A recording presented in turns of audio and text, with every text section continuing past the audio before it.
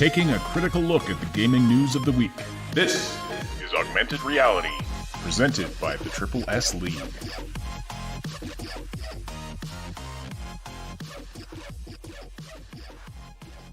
Hey everybody, welcome to the Augmented Reality Podcast. Happy Halloween to you all. Hope you have a great fun time tonight. It's October 31st, 2020, and welcome to the Saturday edition of the show. My name is Ash. I'm here as always with Moontag and with Cybsidian, so welcome to the two of you, and hello to everybody who is already active in the live chat this morning. Great to see you all. This is your source for news, leaks, and insights about games and the gaming industry, and there is, wow, just a ton to talk about today. We are going to be addressing a few questions, comments, things we received about the Cyberpunk 2077 delay, the delay to December. We talked about this extensively on Wednesday's podcast, but there's some follow-up stuff we should talk about, plus I need to correct the record on one thing in particular, and just a bunch of other things to talk about today. People leaving different games, other games being delayed. Also, AMD had a pretty spectacular showing at their new reveal of their new next-gen graphics cards. Also, Anthem. I cannot believe we're talking about Anthem. As I was making the topic slides for today, I was like, I can't believe I'm making an Anthem slide. I can't believe this game is still a thing, but apparently it's still a thing, so. All right. And if you are listening live, please do say hello in the live chat. Send us your questions and comments there as well. We'll read and respond to as many as we can throughout the podcast. And don't forget to slam that like button. It likes it rough, and it tells us and YouTube that you appreciate this content. Cybsidian and Moontag, how are you folks this morning?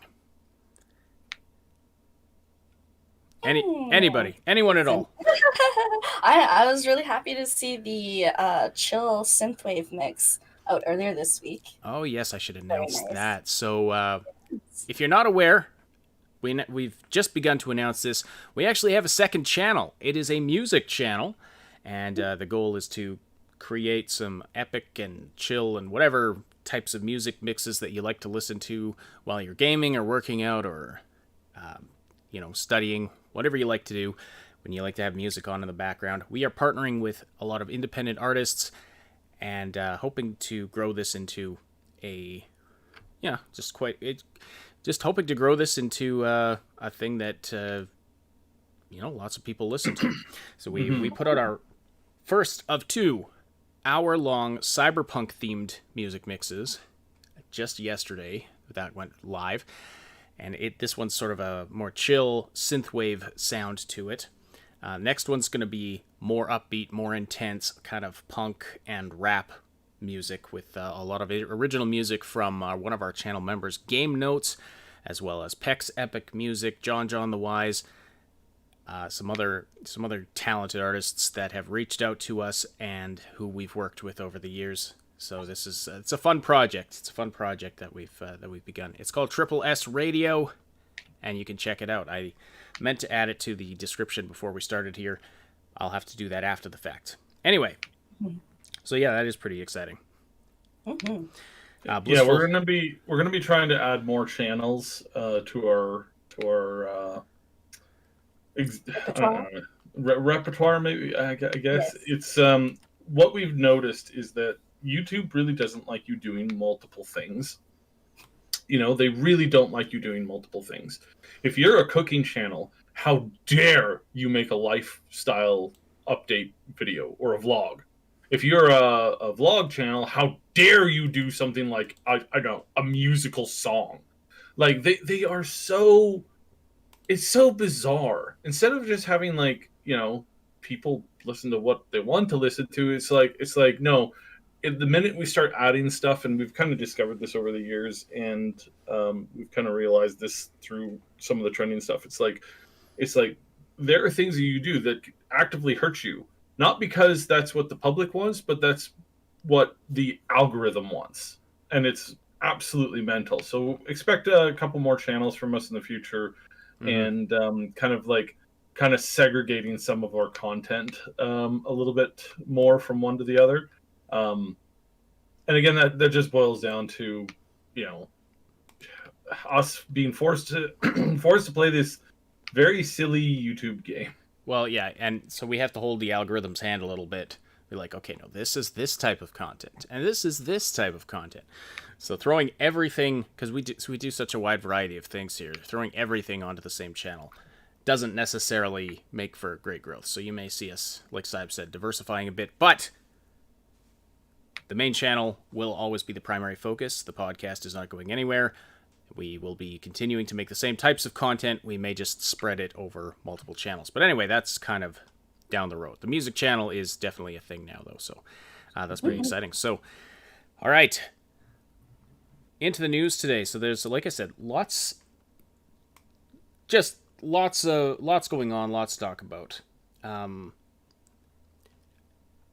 Blissful Soul says, I don't know what to feel anymore with Cyberpunk. Well, yeah, that's... I mean, I definitely understand that. The new delay was definitely disappointing. You know, let's just get into the Cyberpunk. Might as well. The new delay was definitely disappointing for a lot of people. Some folks had booked time off work for November to play the game. They had there was some more extreme things than that we talked about. Somebody claimed to have postponed their wedding or canceled their wedding because it would have conflicted with the November Cyberpunk date. I don't know that I believe that one, but anyway, the point is that it was definitely disappointing for a lot of people, especially since as early as the day before the delay was announced, the official CDPR Twitter account was still saying, yes, this release date is locked in and confirmed. That being the November release date. And then all of a sudden it gets pushed back to December, 3 additional weeks. And as we discussed on Wednesday, rather in depth, this has to do with technical issues. And this has been confirmed by a conference call that CDPR held with its investors. It was either the day of or the day after that the delay was announced. They had this conference call to discuss the situation. Now, this is where I need to correct the record. I believe I said on Wednesday that the conference call was held in Polish, and that the notes that we were given were translated. That is not the case. It was in English, and it's up on the CDPR website right now. You can hear a full recording of the conference call, plus there's a full transcript. And the highlights that we had actually been taken down by PAP Business, PAP.pl. It's a Polish website that one of their representatives actually attended the conference call, wrote down these notes. So that's where we had our notes from the previous week. We had gotten them via Reddit. They were from this business.pap.pl, BIZNES. Anyway, it's Polish. So we do have you can though go and look at a full transcript in English of the entire conference call, and so we're going to read some quotes from that today. We're also going to go through some of the comments and questions we had regarding this entire situation after Wednesday's show. So one of the comments we got says, I like how there's crickets when Rockstar releases the PC version of games a year after release, but God forbid the console version of Cyberpunk 2077 be 21 days late. I think this is referring to the question of, why don't they just split up the releases then? If the next gen and the PC versions are good to go, why not release those in November, and then the current gen consoles get pushed back? This really boils down to how the games industry worships at the feet of consoles, despite the fact that they're not even near 50% of the actual entire market, and have never ever been 50% of the entire market. They every once in a while will have a very good year where financially they might get close to that 50% of that market, and this is combined. But they have never, ever been 50% of the market in the numbers wise. They just aren't. And And it's really frustrating and annoying that this is a constant thing that we have to fight against, is coming from the PC crowd. The greatest games, the greatest evolution in gaming, the greatest advances in gaming have never come from solely a console perspective. And it's extremely annoying that this is that they worship at the feet of this altar, when it's just like you're just shaking your head going, why are you guys doing this? Like, seriously, what is your problem with PC gaming? I just don't understand your Well, whose problem? well, just the game The industry. game industry. Well, I mean, Like you have companies, you have entire divisions of companies that they dedicate um you know people, resources, connections immediately to anything. If there's any problem that shows up on the console radar, like, they've got a huge crowd on it. But there's a problem with the PC that they don't give a rip. well, when does that happen? Because I mean, the PC is such a diverse platform because every individual machine is different, and it's kind of you make sure it works across this broad range of hardware.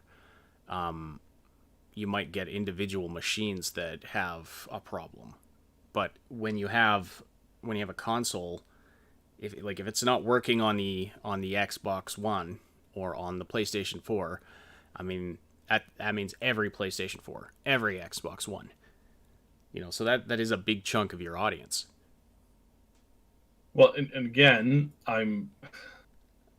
so it's not that. It's that, when they do a port to PC, it's trash. And it's trash across all PCs.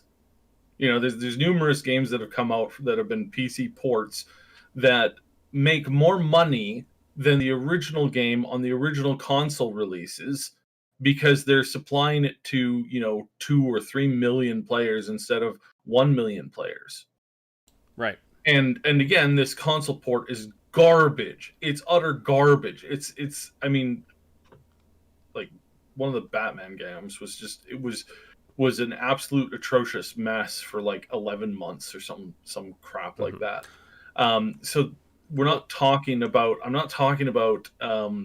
it as a whole, like in not as a whole, as a segmented view like that, where it's like, oh, the AMD 6 whatever doesn't run this, but everything else does fine, leave it. There are those problems as well, but the mass majority of the time, it's the fact that the industry as a whole doesn't mention that kind of stuff. You have more players playing certain games on the PC for a decade plus, and there's no mention to this. But when some stupid game has a 5-year anniversary on the console, the journalists, the media types, the people will go, oh my god, look at that, that's amazing, oh my god, there's so many people playing it, there's like 100,000 people online the other day, well, that's amazing. It's like, okay, well, there's 10 million people playing something on the PC. You like, seriously. Okay. So yeah, it's how annoying. does that relate to this situation, though? Well, it's just I mean, just in general, nobody would ever think to delay something on the consoles, ever. If the PC version of this game works 100% fine, the console versions of this game on certain consoles don't work, period. And we'll get into that because there was a question about that little piece of news. Like, they like, hard stop. There's a cold death stop there. So there's a massive problem somewhere in that lineup. So it's like, all right, well, we have to delay everything. We can't put it out to the PC. Well, why couldn't you put it out to the PC? Well, because then the console people wouldn't have it. But you flip that coin around. Oh, well, we're going to continue to launch on the consoles, and then we'll release at the PC, 6 months later, or a year later, whatever, like that. And again, very, very few, there's very, very little noise when it comes to anything like that. And it's just, I'm like iterating Aldin's point, is like, it's just kind of like stupid. that this is just the circling the drain of stupidity, I guess, when it comes to gaming, because that people are far more interested in trying to, like, schmooze up to a microcosm of the industry that just happens to have a huge front, and instead of actually doing whatever. Well, so it's just annoying, and I understand his frustration, and yeah, I don't understand why they couldn't have done that. But of course, lots of people would be complaining, and there would be huge up in the arms, like, why don't you care about the consoles? It's like, yeah, so it's slightly annoying. Slightly annoying. Mhm. Totally agree. Also, thanks to Too Tall for the super chat. Hopefully, it'll get better, Cyb. Have faith, brother. Okay. Yeah. I want to clarify, because there are some who listen in and feel like you're very, like, you have a prejudice against console gamers.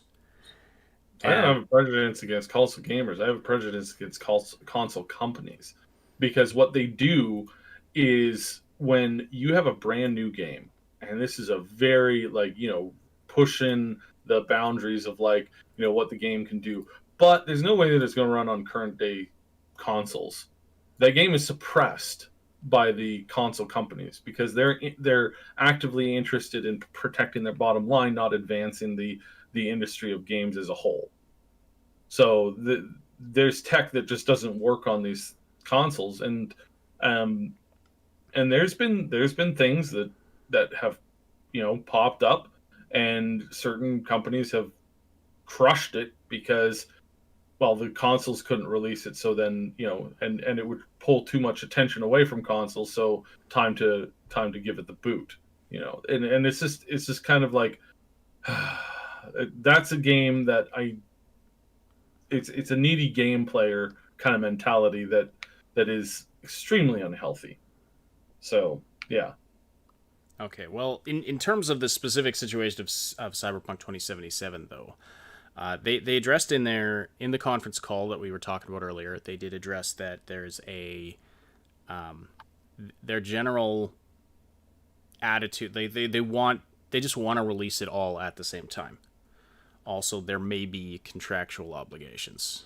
Yeah, there's definitely contractual obligations, and that's the other thing. So that yeah, kind of like when they promise a release date, like it's different though. It's different when you're talking about, okay, we'll say Rockstar releases Red Dead 2 as a console exclusive, and then a year later they bring it to PC or however. Oh yeah, that port was terrible too. Well, like, sure. I mean, there's definitely some criticism to be port. levied at companies that make poor ports to PC, but in that case, in the case of Red Dead, they didn't promise a simultaneous release and then delay the PC version. They just said, okay, it's coming out on this console, and then later they announced, okay, we're going to bring it to PC. So different situation in that respect. Anyway, I do. There's definitely some to be said for consoles kind of holding things back in general, but I want to make it clear that we're not against we're not against console gamers here, and we get comments sometimes. No, you game on a console, that's your preferred platform, that's fine, and we welcome you here, and definitely want to hear your opinion about stuff.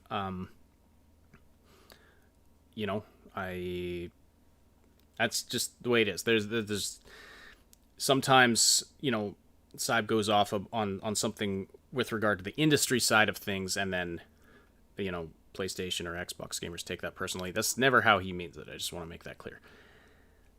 Okay. So, some stuff about the backlash to CD Projekt about all of this. We got one comment that said, the people really being nasty to the CDPR devs and making death threats, that kind of thing. They're in the minority, and the narrative is being spun to take the heat off of CDPR. This is Braden's comment? Yeah, Braden's comment. So, So these are comments on our yeah. These are comments that came in after the podcast on Wednesday. So they were just kind of answering some of these questions here. So his point is he wraps it up by saying they don't deserve death threats, but they do deserve a lot of criticism.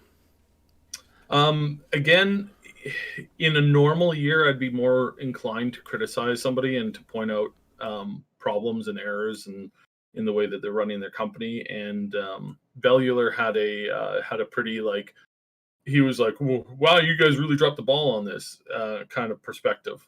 Where it's like, why are you doing this? A couple other people were like, well, why are they're over delaying? They're overly worrying about the game. It doesn't have to be perfect. They're causing themselves problems and issues and all this kind of stuff.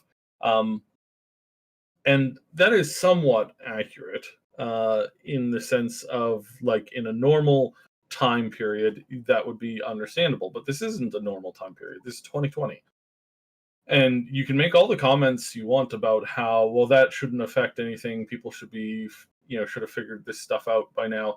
We've talked before. I can't remember if it was on the podcast. Recently, somebody was upset that they had some difficulty in doing something, and they were disappointed with their quality of work on a project that they were hoping would be really, really good. And I'm like, how many hours have you spent doing this kind of thing? And they were like, less than 10. I'm like, dude, it takes you 500 hours to become good at something. To be, in some cases, not to be good, just to be proficient in something. Generally proficient.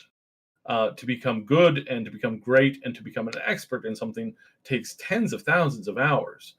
For most of these people in this scenario, of dealing with 2020 and the issues revolving around it, you don't have 500 hours of somebody learning to work from home and be as productive as they are when they're at a company with their supervisor around the corner who can talk to them anytime they have a quick question.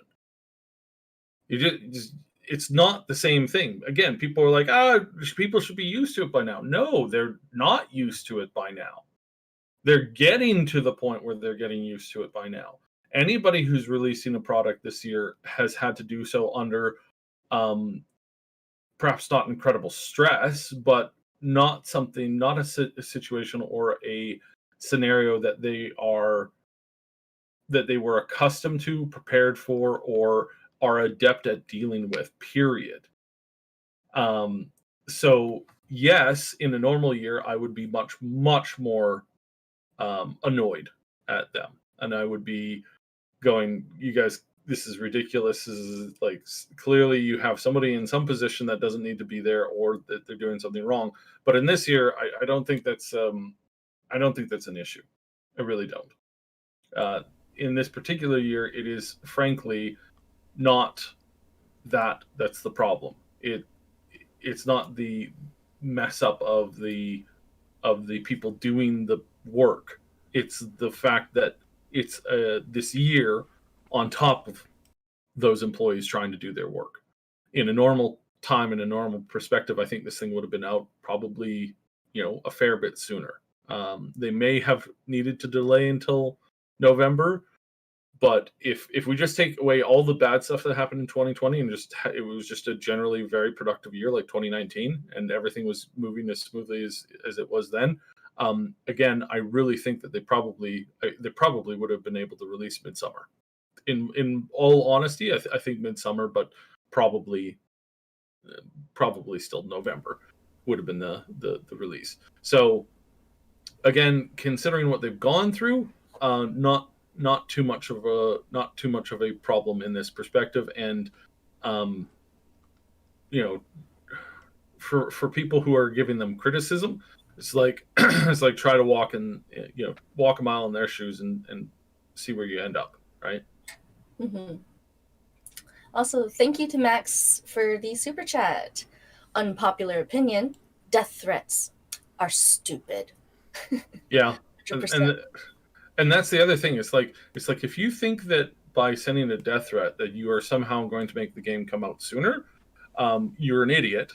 And again, I know this is anybody in our community, but it's just like, it's like it also slows things down, because if it comes across as even remotely credible, you have to go and make a police report. Now, how is that going to help when you're now spending 8 hours in a police station making a police report because somebody managed to like grab a picture of your apartment or the company or whatever? Like as soon as some people start sending pictures, that's where it's like, okay, all right, you got to send this over to the cops, and hopefully they have a digital technician who can actually do some work and send somebody to show up at that person's door going, this is unacceptable and don't you dare, because this is the escalation that's not good, period.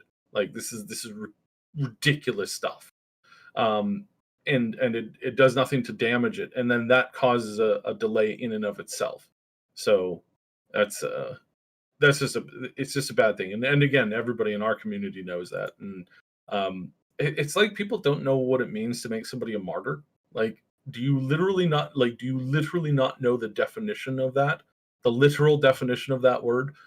You're going to cause a backlash, against the very thing that you're trying to like complain about. Ugh, stupid. Very, very stupid. Right. So yeah. The threats and stuff were, I mean, it was ridiculous. Unacceptable. But the criticism, I don't think they need as much criticism as I would normally give.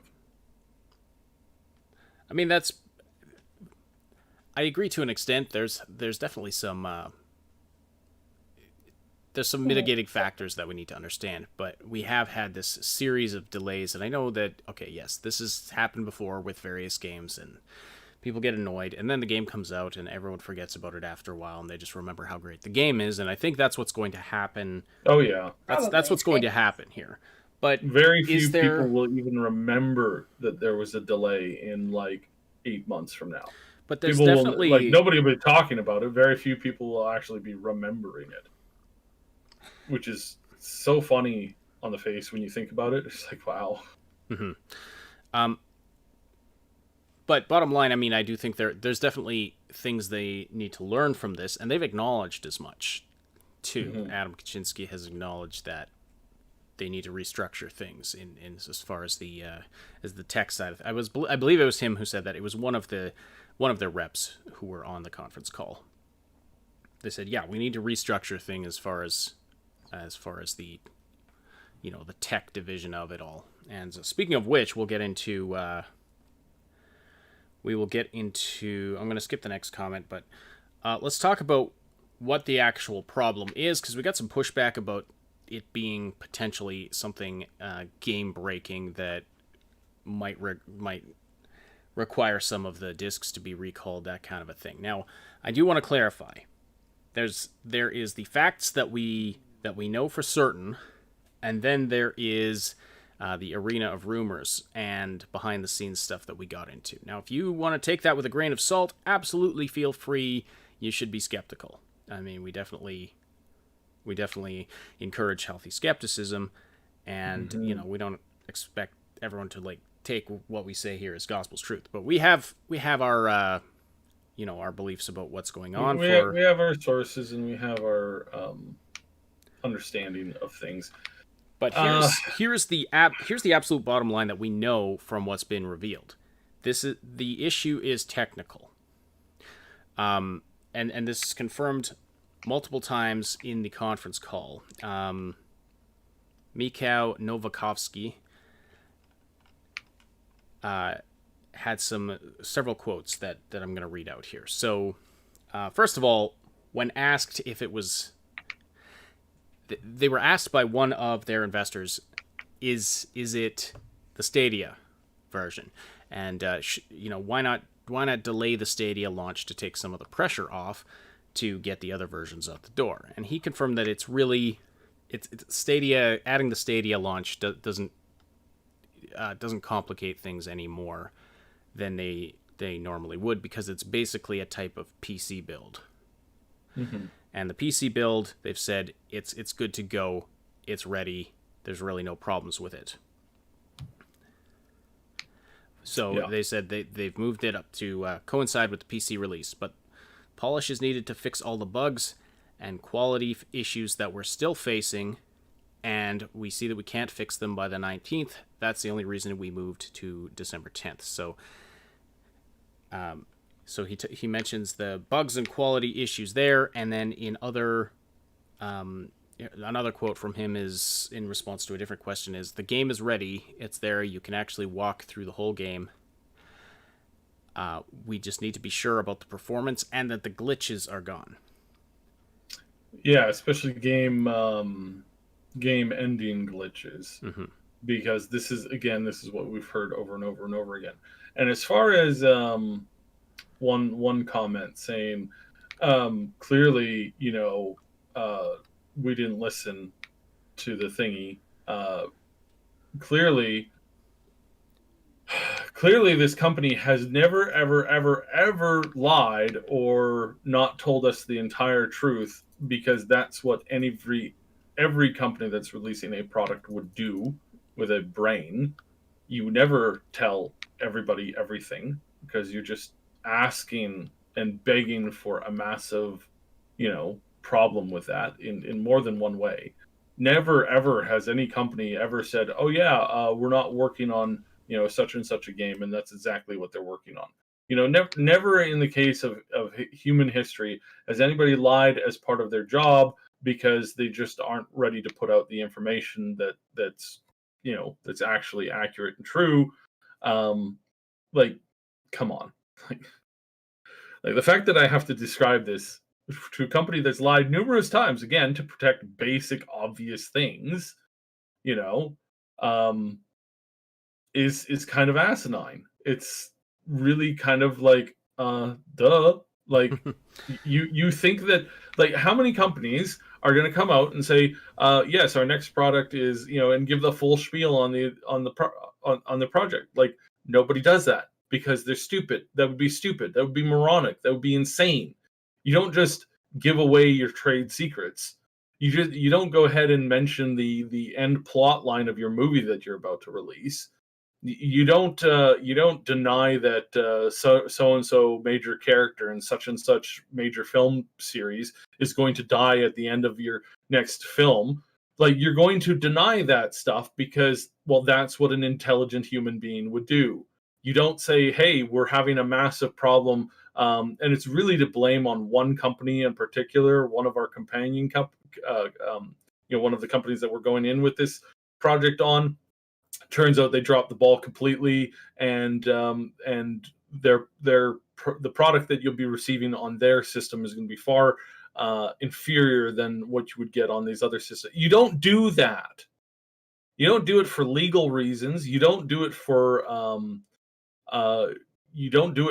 just generally, like, keeping people sane. Like, you just don't do that, because in most of the cases it's not needed, and it's not a lie of malevolency. It's a lie of, like, professionalism. Like, do you think that your team is going to win the big tournament this week? Inside the guy's head, he's like, no. like, dude, I train with these kids every day. They're barely capable. Like, I'm surprised we got here. Like, I'm really shocked that we got here. Like, we are so the underdog that I know we're going to lose. But you don't say that. You don't come out and say, yeah, no. There's, Jimmy, complete idiot, and his parents just split up. So, I mean, he was the only reason why we actually got here, because he got 2 lucky shots in at the goal in the last, like, 3 games, or 2 games, or whatever, and he's the only reason why we're here. He's definitely out of it. So yeah, no, we're not going to be winning the championship. You don't say things like that. You don't also say things like, "Hey, yeah, yes, the entire problem revolves down to one thing." Well, is it true that you're going to have to, reprint a whole bunch of stuff and do a whole bunch of cost analysis, and you're going to lose a bunch of money because of your incompetence? Yeah. We're so incompetent that we're going to be losing, like, $1-2 million on stuff because we're idiots. You don't say that. What kind of, like, wow. Mm-hmm. You don't say this kind of stuff. Well, some are arguing that this was an investor's call, and they need to report stuff like that. Um, Again, you listen to what they say versus what they're saying, and it's not quite there. Um, and no, you don't need to tell your investors. Naturally, you don't need to tell all of your, because these aren't your investors that have the CEO's personal phone number. These are your public investors. What you tell them versus what you tell your the five people who have the majority shares in the company and make up the board room, that's a completely different thing. That is a completely different scenario there, and they are always told things that the general investors who invest like 100 $200 into base stock price, maybe they've got a portfolio that they've created on their own. Maybe it's even as high as like $20,000. They're still not getting the actual truth. They're getting the PR'd version of whatever. Now, general investors don't like being lied to, and companies that routinely lie to them directly in that kind of public format, they end up getting in hot water with their investors.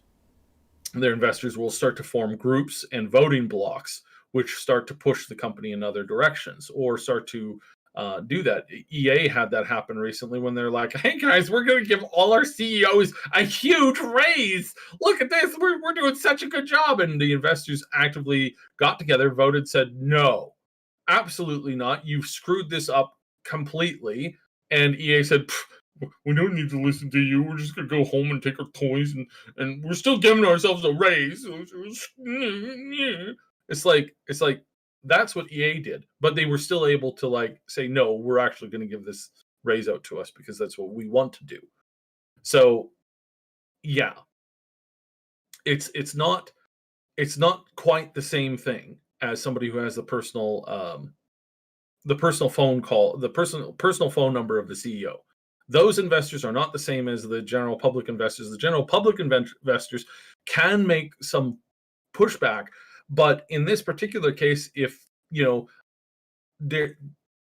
they said, yes, we have to reprint these boxes because they're all terrible, they're all bad, and they happen to be on this particular system, this one particular system, that would cause a massive problem. That would cause a huge problem with that company.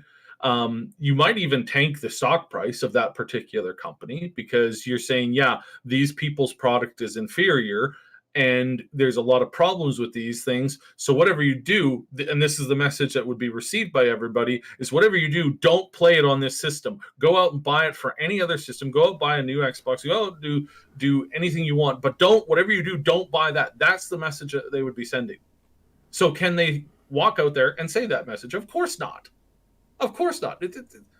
And again, why would anybody think that this is like anything other than that? It's very stupid to assume that what you hear from these companies, because we've already been through this over and over and over and over and over and over again.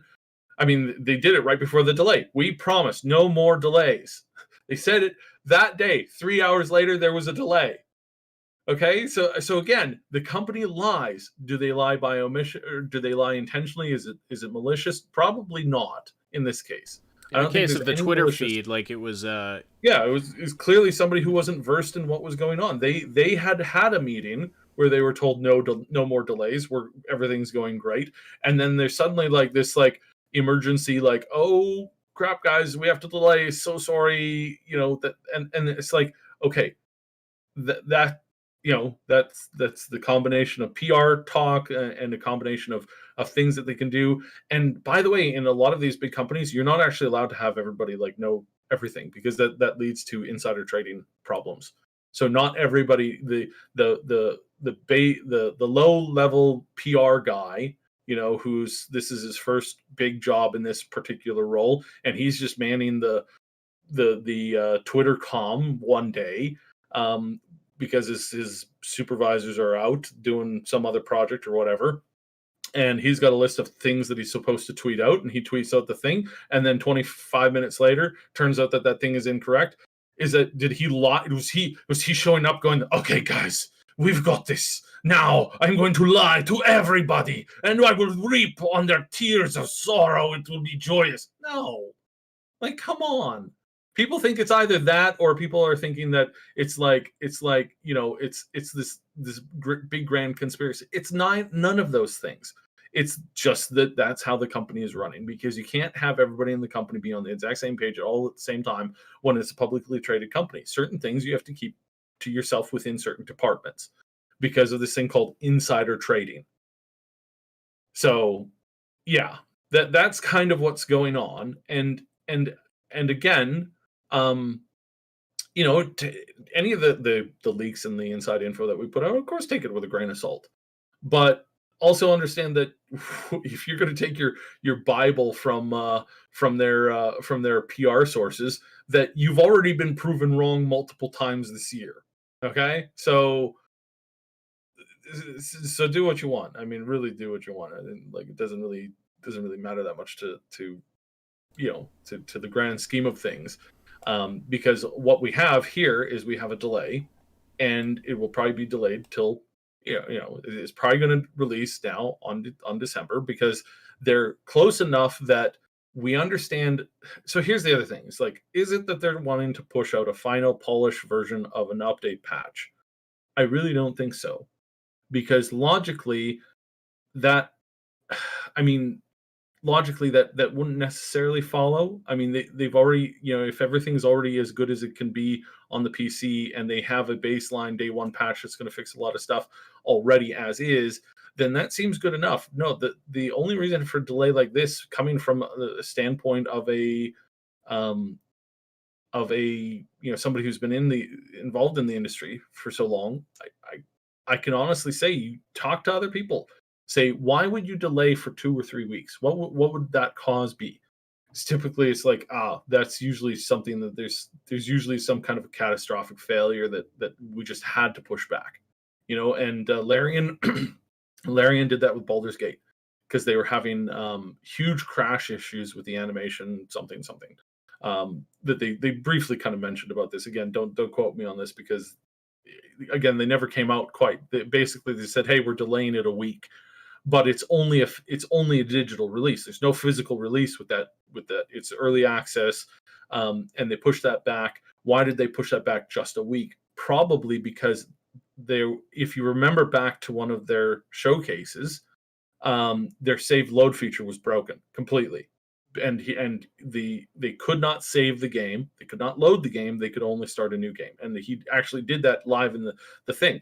Was it maybe a serious problem like that required them to say, okay, we need a week to do this? Possibly. Could have just been that all of their animations were broken and they needed a week to fix that. Again, possibly. And that would make sense. And again, that's not a malicious thing. They're not trying to be malicious. They're just saying, hey, we need a delay on this thing. Whereas like with CDPR, because it's an actual physical release and it's going out with all of the platforms, that there's probably some major reason why, and that problem is probably big enough that the games won't run without either a major patch or without getting new discs out. And again, we're not saying that that's 100%, that they need to reprint discs. And what I tried to make clear is that if they were, that was only one of those discs, not all of them. One of the versions. Yeah. One of the 9 versions, okay? One of the 9 versions needed to be reprinted. So that's when, did you guys need to reprint all of the discs? And the answer was no, we don't. We have no need of doing that. Well, does that mean that they didn't need to reprint some of those discs? I think there's probably a loophole that any lawyer would have it's like a heyday for any lawyer to go, yeah, I could see it. I could spot a lie there. So yeah. And they don't. To clarify, I couldn't find anywhere in the conference call where they referenced having to repackage or reprint discs one way or the other. Yeah, they didn't say we are doing that. We didn't say we aren't doing that. They did say that the physical copies they haven't shipped to retailers yet. They're sitting in warehouses. Yeah, And that doesn't mean that they're not replacing some of those. Yeah. Or they're So I rechipping mean, some of those. there's no. And again, if it's some, it's just some. And again, if you say that X, or sorry, I can't say X. Normally I would say X marks the spot, but X might be construed as Xbox. Yeah. Because product B couldn't be shipped without it being broken, we have to reprint all of product B's list. If you're the consumer and you hear that, oh, product B has to be, completely redone, are you going to buy product B? Or are you going to be totally like Yeah, I don't know, you don't want to have you explained it earlier. It's like if you the news headlines on that would just be like, okay, the game is broken on this console, even if it's like, okay, this is just a thing, we fixed it, and it was like someone typed an extra letter in the code somewhere. But I mean, I know the headlines lots of people, are what people remember. I know, yeah. And I know lots of people who have canceled their pre-orders and shipped it and changed it to a different copy because they heard that you get a little bit more FPS on one. It's like a 10%, graphical improvement. I mean, I know people who will spend 2 or 3 days tweaking the rig so that they can get 2% more efficiency out of it. Like, really? Really, you don't think these people exist? Like, you don't think these people exist? Oh, excuse me. Yeah, they definitely do. Anyway, I think we've summed it up. I think we should leave it there for now. This Cyberpunk topic, obviously, emotions still running high. I think that it's kind of tapered off a little bit, but yes, people are still annoyed. I know folks are frustrated. It's a PR blow to CD Projekt Red. There's no question about that. Yeah, it's bad look. It's bad PR. They've obviously decided that this is worthwhile though, because the something. I mean, they've obviously decided this is worthwhile because it would be a bad first impression. They do say that in the conference call, that first impression is so important that they want to make sure it's a good one. Mm-hmm. And so obviously whatever would have come of, if they weren't taking these 3 weeks to fix it, they figure that would be worse than the backlash they're getting now. So that's telling. But anyway, doubtful that we'll ever know exactly what's going on behind the scenes. Maybe it'll come out sometime in the future. But for now, I think we should put that to rest and move on to some other topics. By the way, you are listening to the Augmented Reality Podcast, and thank you for the great conversation that's happening in the live chat right now. If you want to keep the conversation going and talk about this and many, many other things, join our Discord server. You can find the link in the description below. It's a place where you can chat with us and other Triple S Legion members about all the things that we love to talk about. Stay up to date about everything that's going on here at the Triple S League. And, of course, find people to game with and various things like that. Click the link below to join. Be sure to say hi to us in the Welcome channel. Also check out the merch store. And stay tuned for a very special video that we're doing. It should be out just before the console releases, and it relates to the epic console war, the ongoing, never-ending battle between Microsoft and Sony. And I don't want to reveal too much about it, but our boy Game Notes is involved. That's all I'll say. So yeah, that should be a fun one. And yeah. Want to say something? Smash the like button. Absolutely. We do have a little tie-in for one other news blurb. With regards to the Cyberpunk delay, and that delay is causing other delays within the industry. Because Path of Exile has come out and said that they are delaying their next season. It's not a major expansion. It's like their seasonal update. So they have the content that they regularly push out, and that this content will be delayed now because of Cyberpunk's delay. And a lot of people were like, "Oh man, I wasn't even going to play Cyberpunk. Why are you doing that?" And they came out very, very clearly and said yesterday, CD Projekt Red announced that 2077 will now be released on December 10th. We do not want to put our players in the position of having to choose between these two games. So we've decided to step out of the way and delay this season until January. We still expect to finish 3.13 by early mid-December. The scope of the expansion will remain unchanged during the month of the delay before the release, but we will start to work on the next expansion during that time. So 3.14.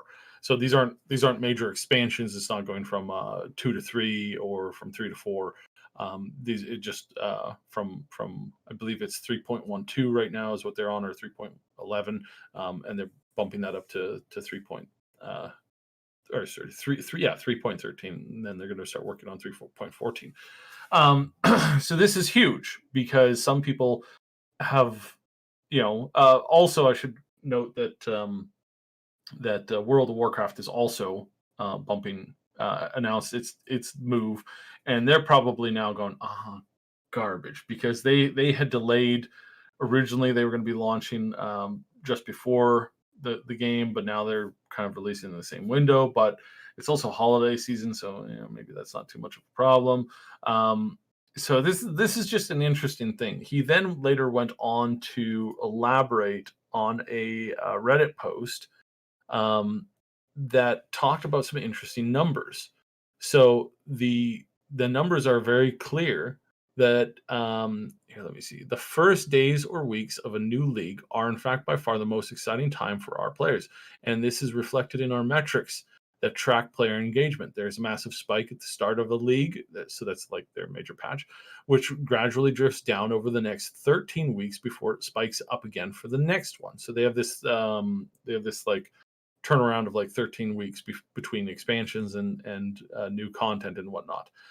We've designed our entire business model around this by doing our content releases for the leagues at launch, our marketing, and releasing our mystery boxes, etc., supporter packs, new microtransactions at the league launch, etc. It's incredibly critical that the league launches go as well as possible. And then I'm looking for this other bit in here. I was going to highlight this, but oh yes. And he goes into an example. In late 2019, we released the Blight League less than 2 weeks after WoW Classic's launch. This had a massive negative impact on our player numbers, play hours, Twitch views, and revenue. It was a disaster and quite a learning experience for us. The truth is that for a lot of players, if they miss the initial launch of a league, they're probably going to skip the entire league or not take it anywhere near as seriously as they would normally have done when it was their main game. It's vitally important to have a clean release. And as a side note, there are a lot of a lot of implicit motivation for us to ensure our release is as stable and as bug-free as possible. Bad launches have a very bad ripple effect that could threaten our ability to sustain the game. Cyberpunk 2077 is a massive game. A lot of people are going to play it, and they're probably going to play it pretty hard. By looking at the stats in the services like Steam, you can see that player engagement curves for large releases like this. It's easy to see that there'll likely be several weeks of absolute dominance while everyone enjoys it, and I understand that you may feel that you can run through a single player game in a weekend, but realistically gamers as a whole are going to be occupied for this for a few weeks. So this, and there's more to this. It was a huge post. But I bring this up because this is super fascinating, that you finally have a developer saying that this is incredibly important that we have a successful launch, because if we don't have a successful launch, we are hooped. We are massively, massively hooped. Everybody needs to get on this and make sure that this is going correctly and is launching correctly, et cetera, et cetera, et cetera. And that he's saying what everybody in the industry already knows. You don't launch next to a major game release. You just don't. It's not a good idea. It tanks your views. Instead of having 50 streamers streaming your game because there's nothing else to stream, you have 5 streamers streaming your game because everybody else is off playing the big new game release. So this is incredibly interesting, incredibly forthcoming in information like this. Makes me respect this guy a lot more, because he's speaking clearly and honestly, something that again we've said that we want more of, right? Just because you have to lie in certain aspects of your job doesn't mean that we enjoy that kind of concept. I wish everybody had the ability to speak honestly and clearly, but as I've mentioned before, if you speak honestly and clearly, you have this bad thing that tends to happen where you what's the word? You lose a lot of money and you can get sued because you said something truthful. Oh, we're really sorry that this ruined your guys' weekend. This ruined my weekend. Therefore, I'm suing you for $100,000 because I have emotional trauma and you just admitted it. So you're in trouble now. People have lost their companies on things like this. And again, you can say, well, that's ridiculous and nobody should be able to sue like that. Well, if nobody's able to sue like that, then nobody is able to sue when you actually have somebody actually, break the law, or it's like, whatever. You want to get the super chats? Yes, actually, yeah, we've got 2 super chats. There's one from Polly's. Sure, everyone is hyped about 2077, but it gets too much fear from other game companies. I'm pretty sure Path of Exile fans will play its expansion over 2077 anyways. People concentrate on 2077 too much. So I mean, honestly, there's a lot of people who would, but not all of them. And that's the thing, that they would take that hit if they released alongside. It's not just this one. I think it's this one, and I think it's also World of Warcraft. I think it's the combining of those 2 games, because you do have the RPG fans that play Path of Exile are probably going to be favoring 2077, and the system grinders or the level grinders that that they're excited to play WoW, they're going to be choosing WoW over top of Path of Exile, and they're both releasing in the same time period now. So it's like, all right, let's just not do that. That's kind of. They obviously think even if it's a smaller, even as say it's 10%. I mean, that's still they don't want to lose that. Well, if they can avoid it. It's not just that. So in any game where there's a large multiplayer community behind it, you have a ripple effect. If you have 10 players out of 100 not show up because of a big game was releasing, those players are impacting directly 5 other players that aren't going to play the game or show up as much as they normally would have if it was the only thing that was really out that month, right? So you would have this cascade event that would happen. So yeah, interesting. Also, thank you to Tutal for the super chat. Just wanted to remind everyone that tonight is daylight savings time in the US, so roll those clocks back an hour when you go to bed. Also in some parts of Canada and various other places, but yeah, it's this is where it's nice, is we get that extra hour tonight, but then in the spring it's bloody stupid. You lose an hour, and I don't even know why. I honestly don't know why daylight savings time exists. I've heard various explanations for why it started and what it's all about. I've also seen stats about the number of car accidents that happen the day after the time shift, and I'm just like, people, circadian rhythms. Let's just keep it consistent. Why do we have to shift it by an hour? I understand why they originally did it. All of the reasons that you hear, it was a combination of basically all of those reasons and the war and all this other stuff. And I completely agree. I think that that back then it made sense, but it doesn't make sense anymore, and it probably should have ended 30 years ago, to be honest. They probably should have ended, and they definitely need to end it now. It needs to stop. Is I mean, the fact that every year I get time dilated from an hour in the spring to an hour in the fall, and I mean, there's nothing I can do about that. Because the whole time traveling paradox thing is I can't do anything in the spring hour in the fall now, because the fall is the past and the future is the gets me insane. It's very, very difficult for me. Nobody understands what you're talking about. Yeah, I know, right? That's the problem. So yeah. All right, are we done on Path of Exile? Yeah, pretty much. Okay. There's more to there's more to what he wrote, which is very true. One of the things that he points out is that they themselves would lose a lot of time in the development process for that launch week, because a lot of their own devs are planning to take time off to go play this. That's funny. So yeah. I mean, he doesn't say that specifically, but he does mention that as he does mention that kind of like a lot of people will be playing the game, so it will be far more difficult for us to launch that. So yeah, it's like our entire studio took the whole week off. I don't understand.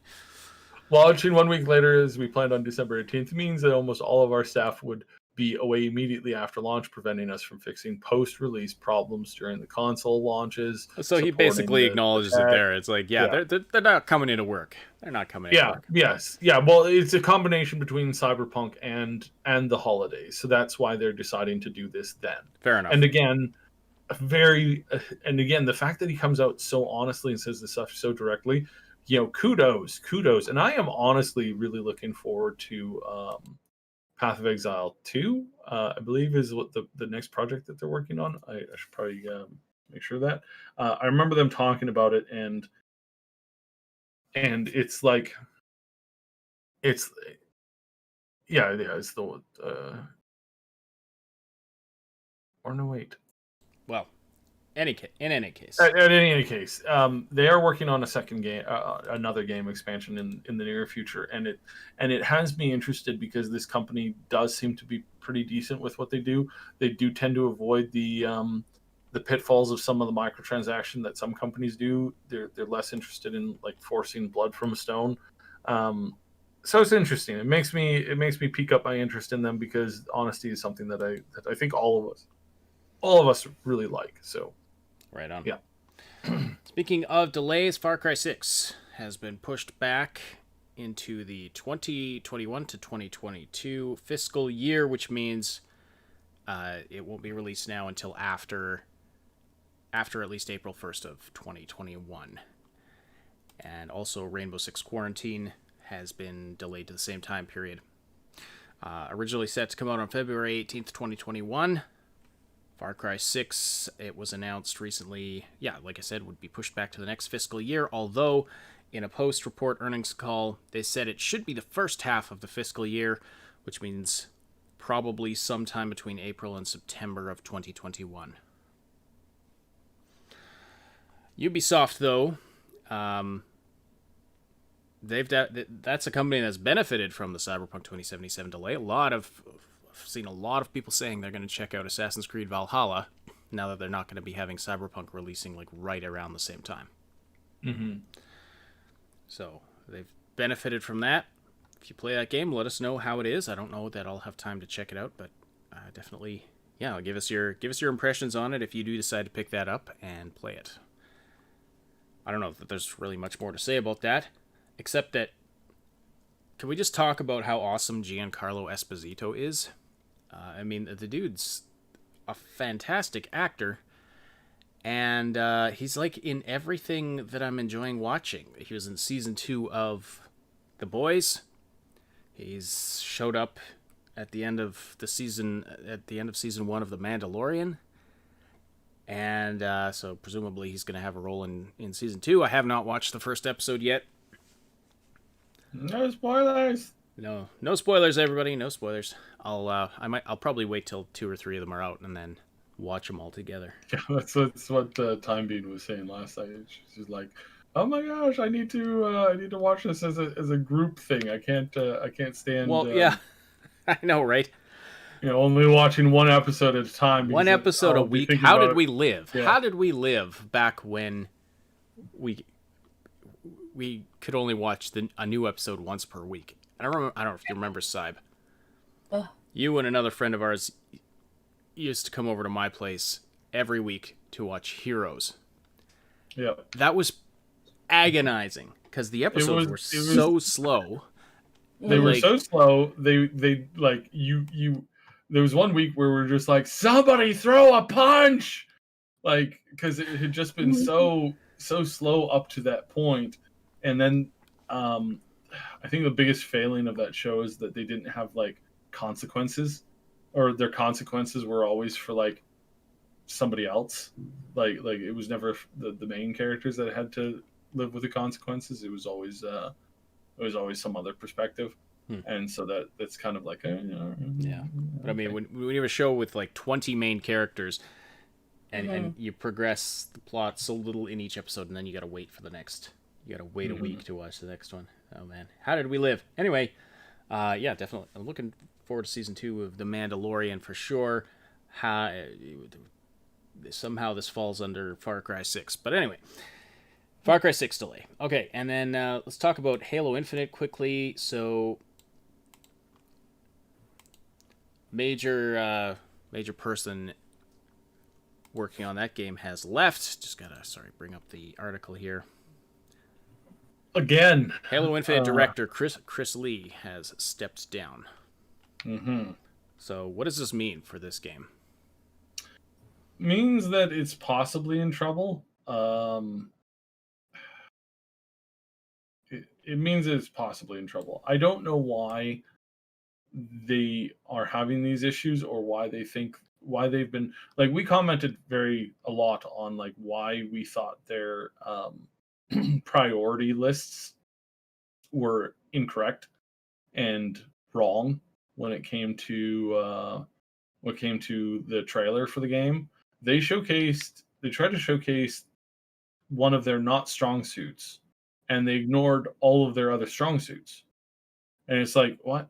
Who made that decision? Like why did you guys showcase the thing that people were not interested in, or were not expecting you to be the main reason for picking up the game? Like, why do that? Like, just why? Like, showcase the best parts about your game. So between a bunch of other things, like, I don't know what's going on there. Could be that it's just like that they're having some minor problems. Could be that they're having major problems, and we won't know for a while. And I'm hoping that this game manages to pull out a win. So, because it's been a while since I've, like, Halo is one of those games that I really do like.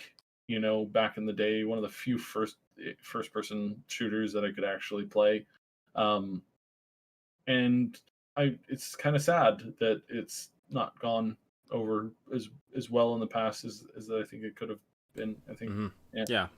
I have high hopes for Halo Infinite. I definitely hope they pull out a good game out of this situation. In some ways, I think it's good that they, in response to people saying, okay, this looks like garbage, like the studio and the publisher realized, okay, we've got to fix something, because people are saying this looks like previous generation material. Well, and it wasn't just that. It was the fact that there was a couple of tech review people, like channels, that showcased the error of like what they were doing.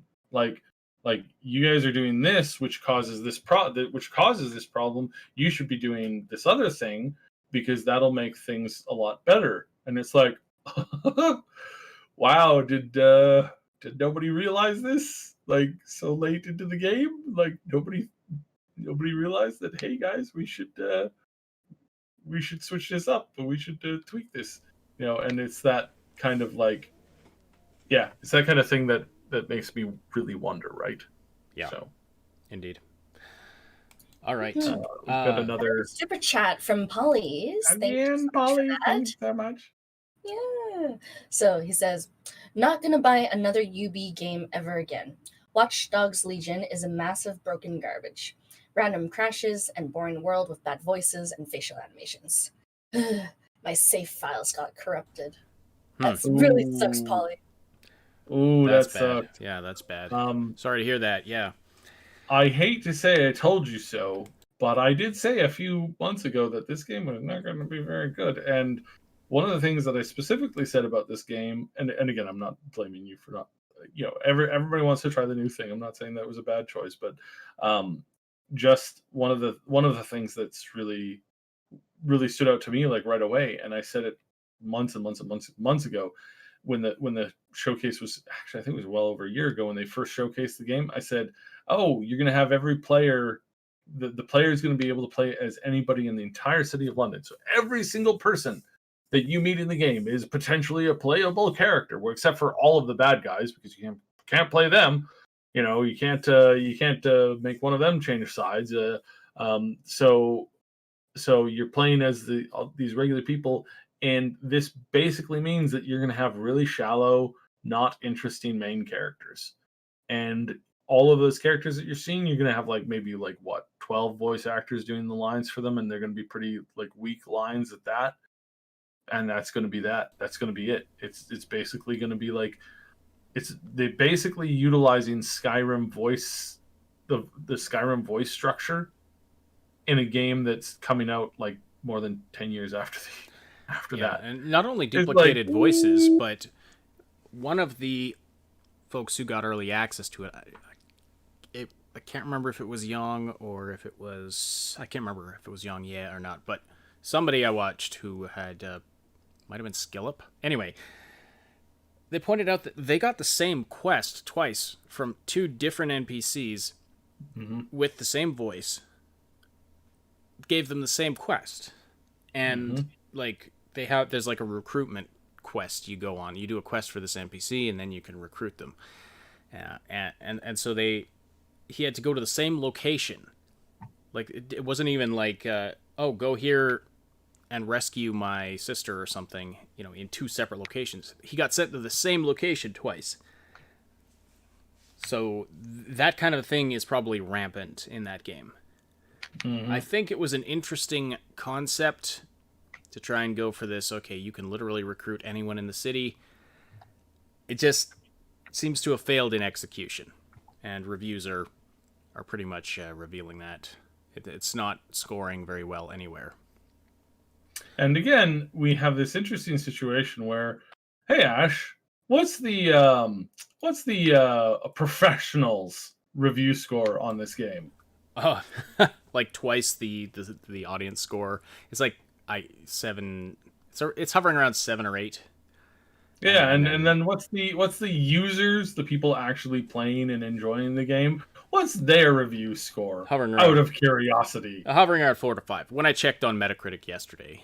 Oh my! It's almost as if reviewers are constantly shoveling garbage down our throats.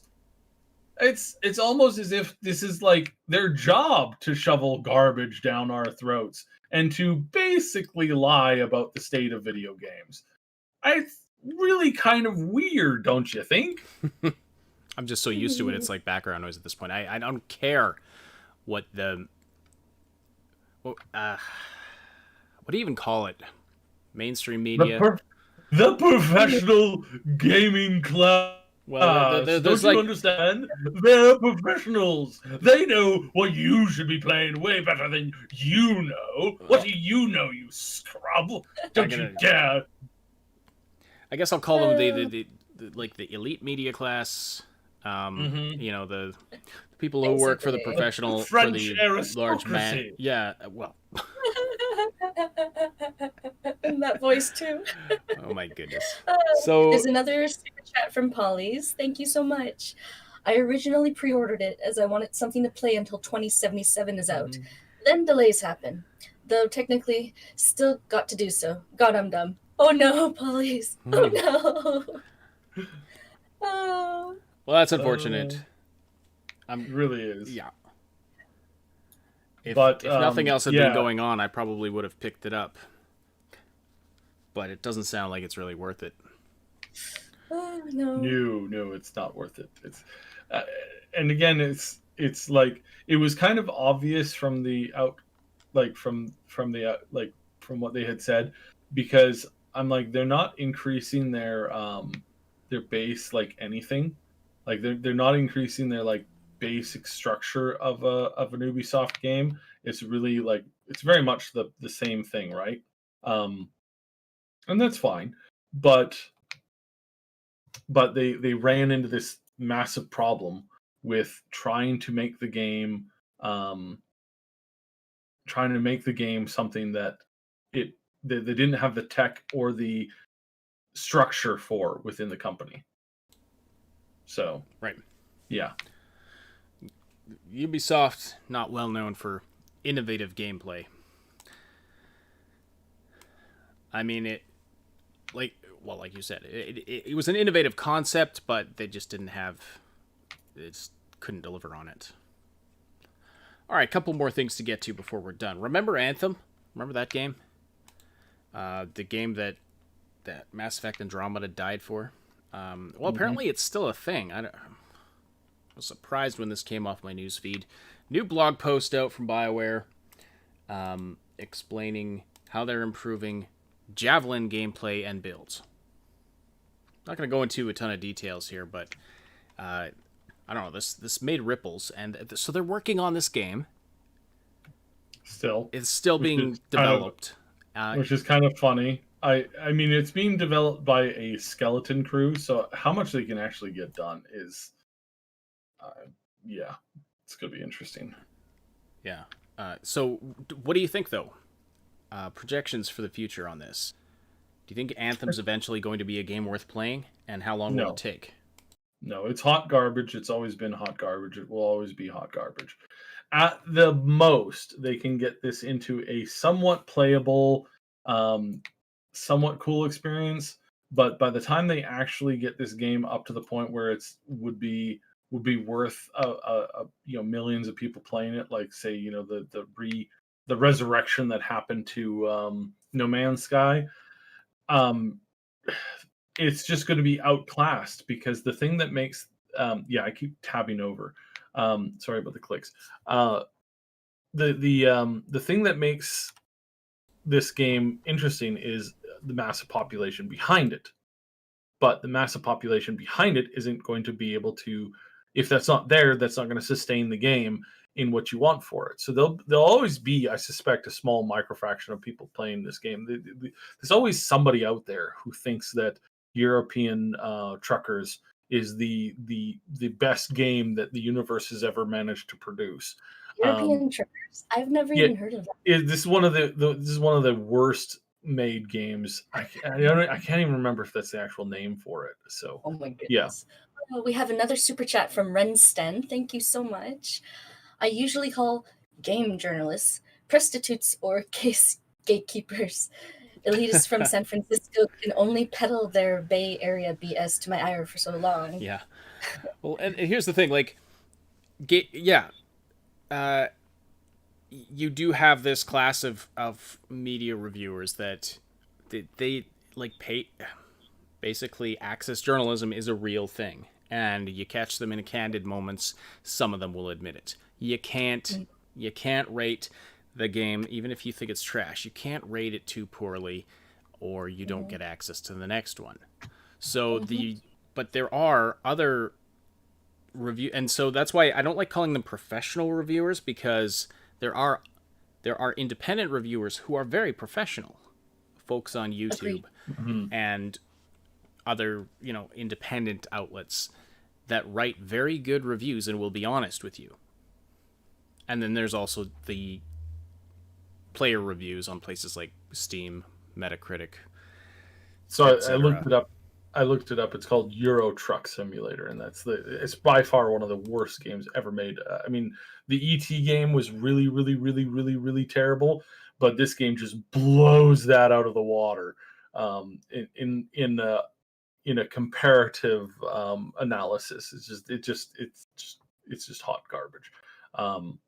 It's super boring. Physics don't work in it, and a bunch of other stuff. You can drive through hills, like instead of driving over the hill, you just drive through the hill. Brilliant.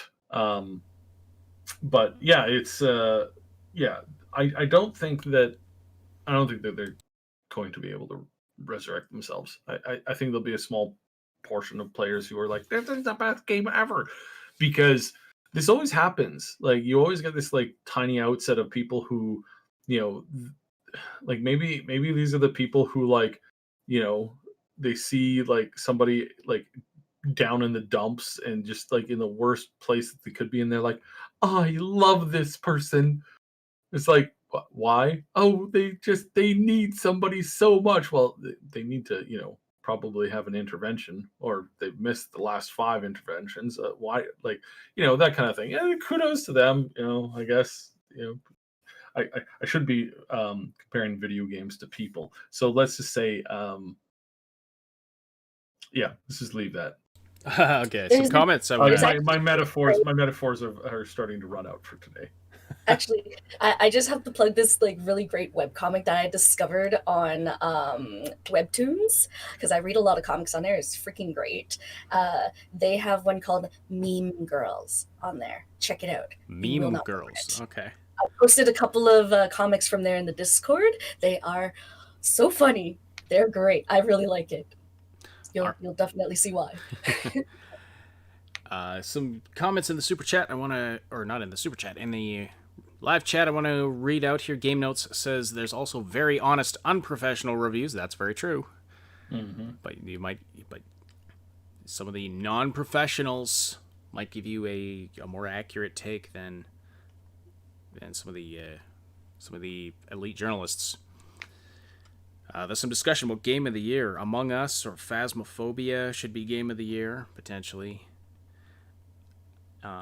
Among Us, if it hadn't, I don't know if it's eligible, since the game came out back in 2018. It's just seen a huge surge in popularity this year.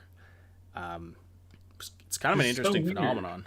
Like, some streamer picked it up. I don't know if it was Pewds or who it was, but just exploded online, and it's huge now. Everybody's talking about it. It has spawned an entire genre of memes. Let's see what else. Henry Stickmin collection. That was a really good one. Agent Waffles says the Henry Stickmin collection would be a good nomination for Game of the Year. If you haven't checked that one out, that game is so funny. And it's actually a compilation of 6 games or so. All of the previous games. Like, they've been producing this series for years, and it's some of the funniest. It's one of the funniest games you'll ever see. It's so well done, so well written, so well animated. Really good. All right. So, let's see here. And Phasmophobia, that's another interesting one. I thought about checking that out, although it's, I don't know. Too much else to focus on. All right. On in more news of former Blizzard staff forming their own studios, Chris Metzen has started his own tabletop game studio called Warchief Gaming.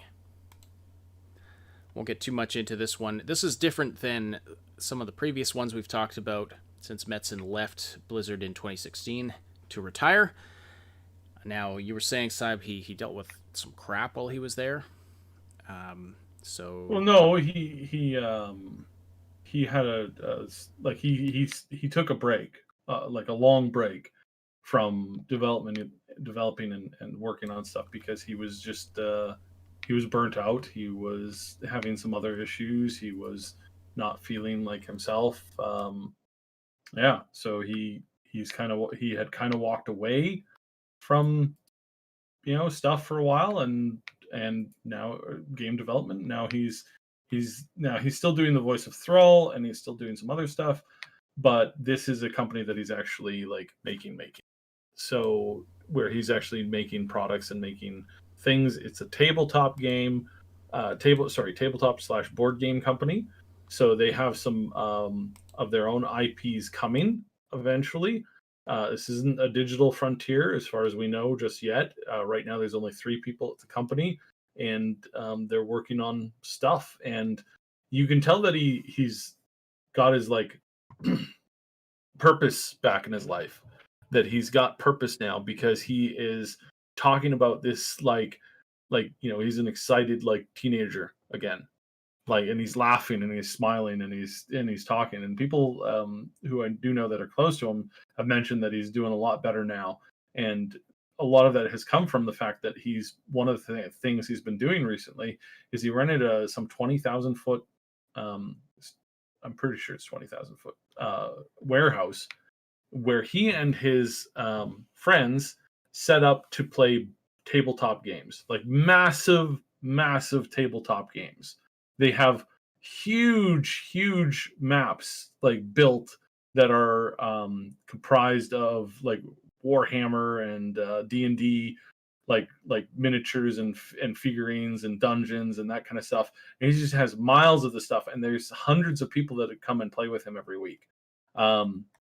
So yeah, I mean, it seems that he's got his like life back in that regard. So that's really, really cool. And I think now they're really starting to try and focus on this. So where they're going from here, I don't know. One of the things that I would love to see is like a massive tabletop experience like Warhammer. Kind of be like been waiting to see a digital version of this where it gives us that ability to play the game and to interact with people on this level. It would be really cool, but I don't know if we'll ever get it, frankly. I don't know. But yes, just the latest in a long line of new studios being started by former Blizzard staff. So chances are one of them's going to make it big. Let's see. Game Note says, yay, board games need a resurgence. Notional says, didn't BioWare devs make Fogbank or something? Whatever happened to that? Fogbank got closed down. It got closed down in the merger with Disney. Disney walked in, said, hey, what kind of games are you guys making? And they're like, mature games for, mature RPGs. We deal with like, love and loss and all this kind of stuff. And they're like, okay, so you're done now. We're just going to close this up. Yes, because they were under. You've got owned by several Fox. major projects underway that have taken, that potentially could be like $10-20 million worth of investment and money that we're going to get back. And you know what? We're just done with you. You just leave. We're done. Go away. We don't need that money. We don't need money from mature games. We're Disney.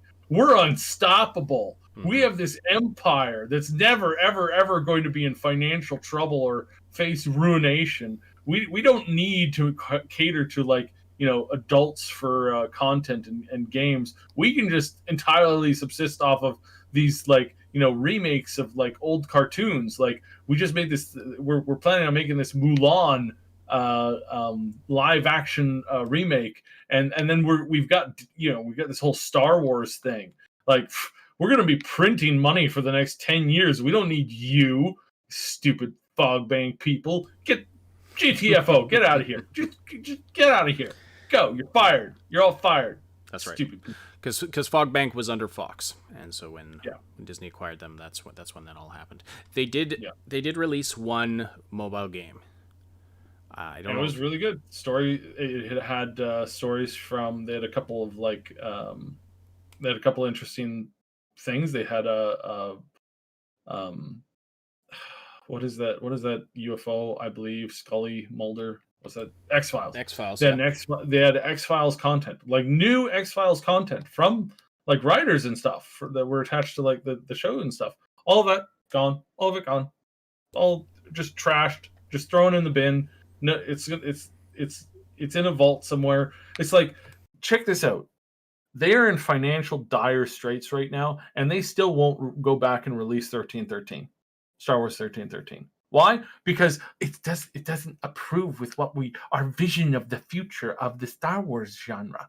Like, if they seriously packaged that game up, just polished off the rest of what it needed, it was months away from release. If they just polish off the rest of that and just say, hey, here's a Star Wars game, $30, come get it, they'd probably make a couple $1 million off of it. But they're so insane over there at Disney that they won't even do that to save their own lives. They won't even do that right now because it doesn't approve with what we want with our company. It's like, okay, all right, good job, Disney, piece of garbage. So yeah, good stuff. Interesting, because I did find watching The Mandalorian, and it's definitely a more mature. It's definitely up there on the maturity scale. I mean, it's not like, obviously it's not M-rated or R-rated, but definitely it definitely seems it's darker and grittier than the movies typically are. All right, one final chat message, and then we'll move on to our final topic here. Dorian Gray says, I imagine the streamer that made Among Us popular is probably filing a restraining order on EA to get them to stop sending them Anthem codes. Well. That's pretty great.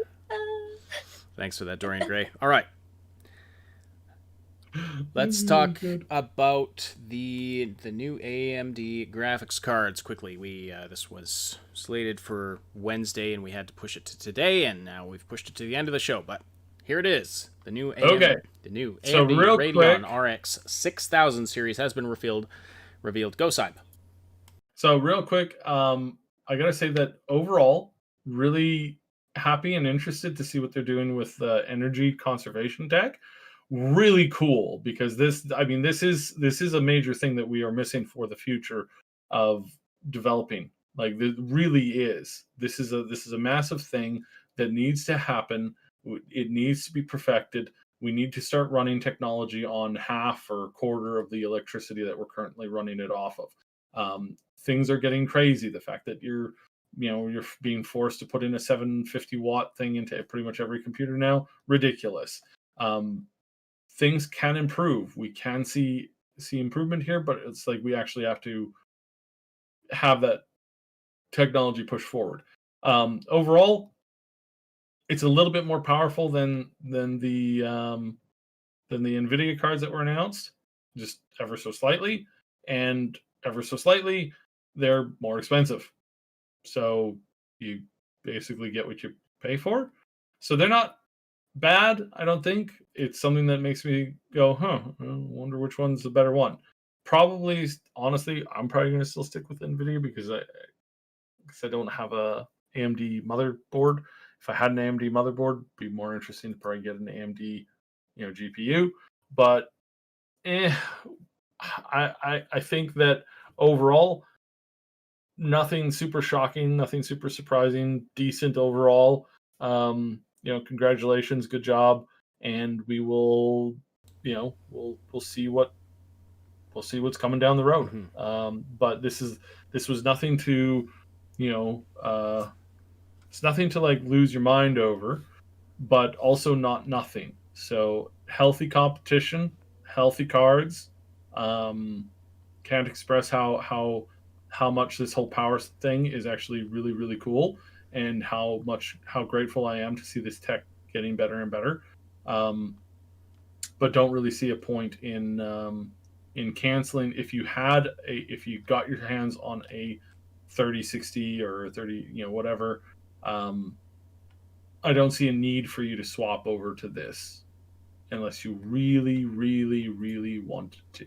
Well, did you say the NVIDIA cards are more expensive? Because what I have in front of me is putting the comparable cards at actually slightly less expensive than the comparable NVIDIA cards. May depend on the card, but like if you're looking at the comparison between the RTX 3080 and the AMD Radeon RX 6800 XT, the AMD card is $50 less, has 6 gigs more VRAM, and uses less power for comparable performance at 4K.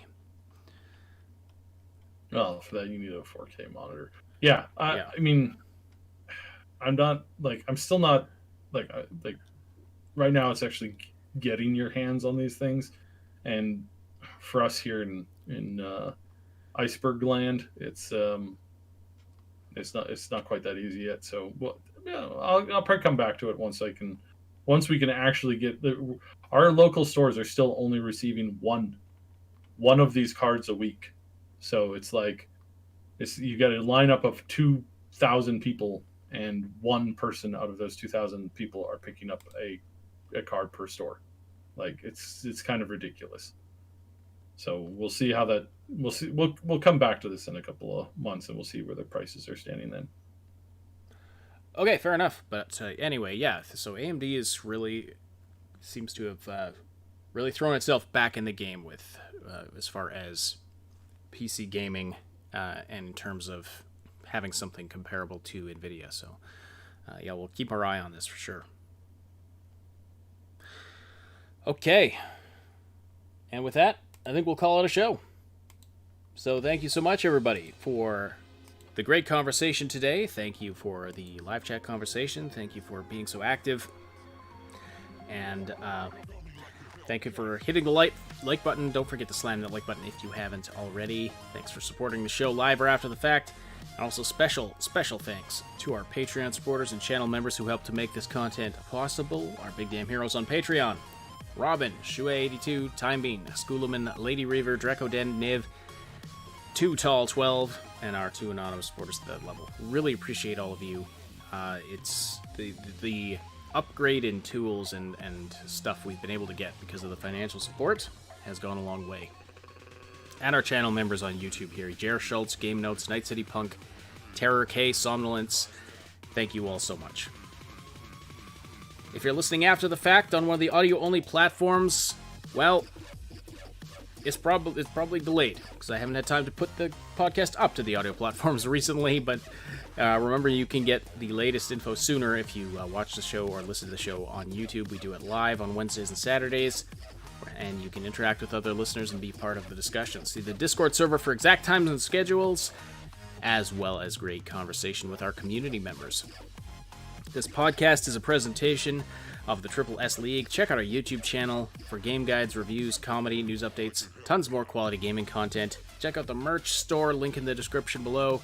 More stuff coming there soon, more designs coming very soon. My name is Ash. On behalf of Cyber and Moontag, thank you all so much for listening. We'll talk to you again very soon.